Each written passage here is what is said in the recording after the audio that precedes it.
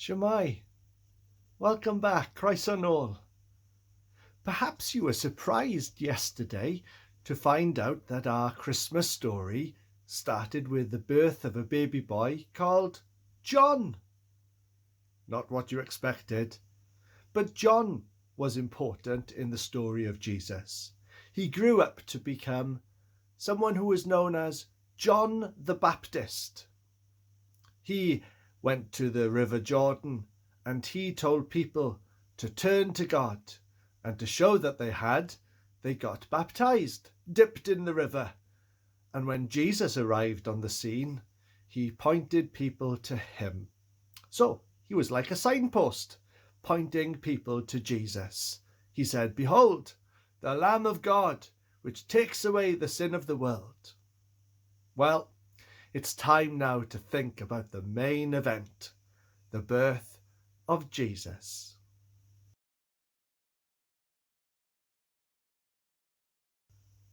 Our story takes place in a land called Judea.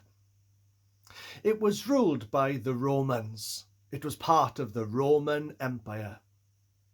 And the emperor, Augustus, he decided one day, I want to know how many people live in my lands. So he ordered a census, a count, to see how many there were. Part of the order said, you must return to the place where you were born so you can be counted.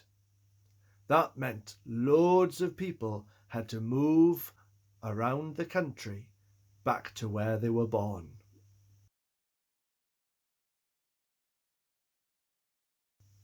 Joseph had been born in Bethlehem, so he had to travel back to there to be counted. Mary, of course, now heavily pregnant, would have to travel with him. What a difficult journey it must have been. Walking, maybe riding, about 50 miles from Nazareth, their hometown in the north, down to the south, to Bethlehem.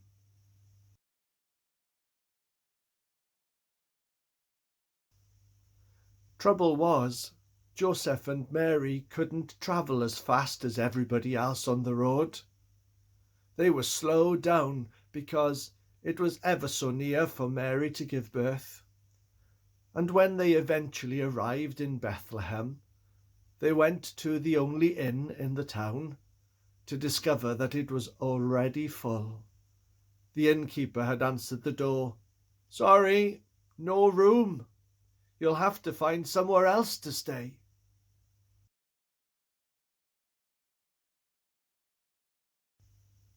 Eventually they found somewhere to stay, but it wasn't indoors. It wasn't with people. It was amongst the animals.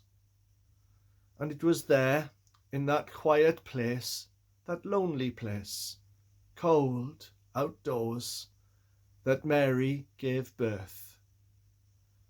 She gave birth to a son, just as the angel had told her she would, just as the prophets hundreds of years had prophesied. Mary and Joseph called the baby's name Jesus.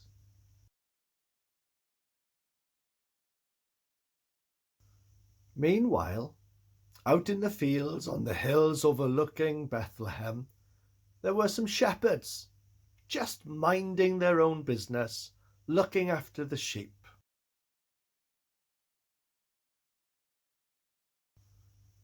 Suddenly, the sky lit up, and there before them was an angel, another angel.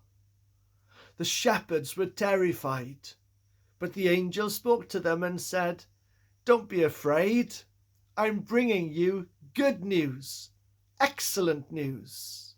It's going to bring great joy to everybody, because today in Bethlehem has been born the Saviour, Christ the Lord. And this will be a sign to you. You will find the baby wrapped in bands of cloth and lying in a manger."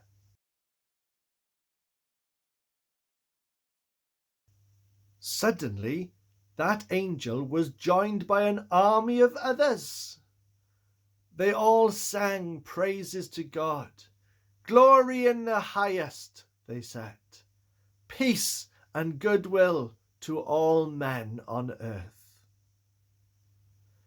As quickly as they had appeared, the angels disappeared. And the shepherds turned to one another and said, "Quickly, let's go down into the town and find this baby so that we might worship him. God has come at last."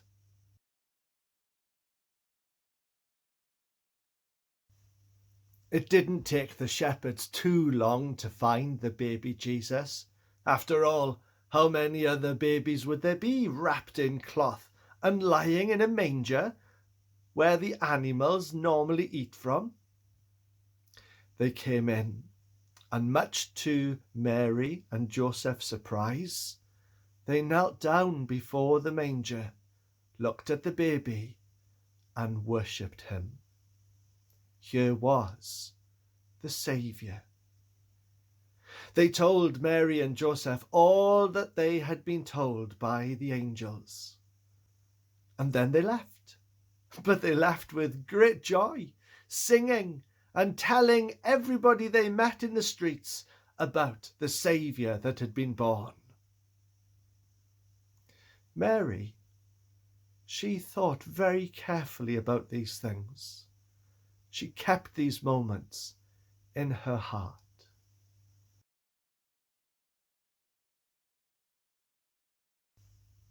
So Jesus had been born, just a little baby, or so he seemed, but he was the hope of all the people in the land. 700 years ago, a prophet, Isaiah, had written about his coming.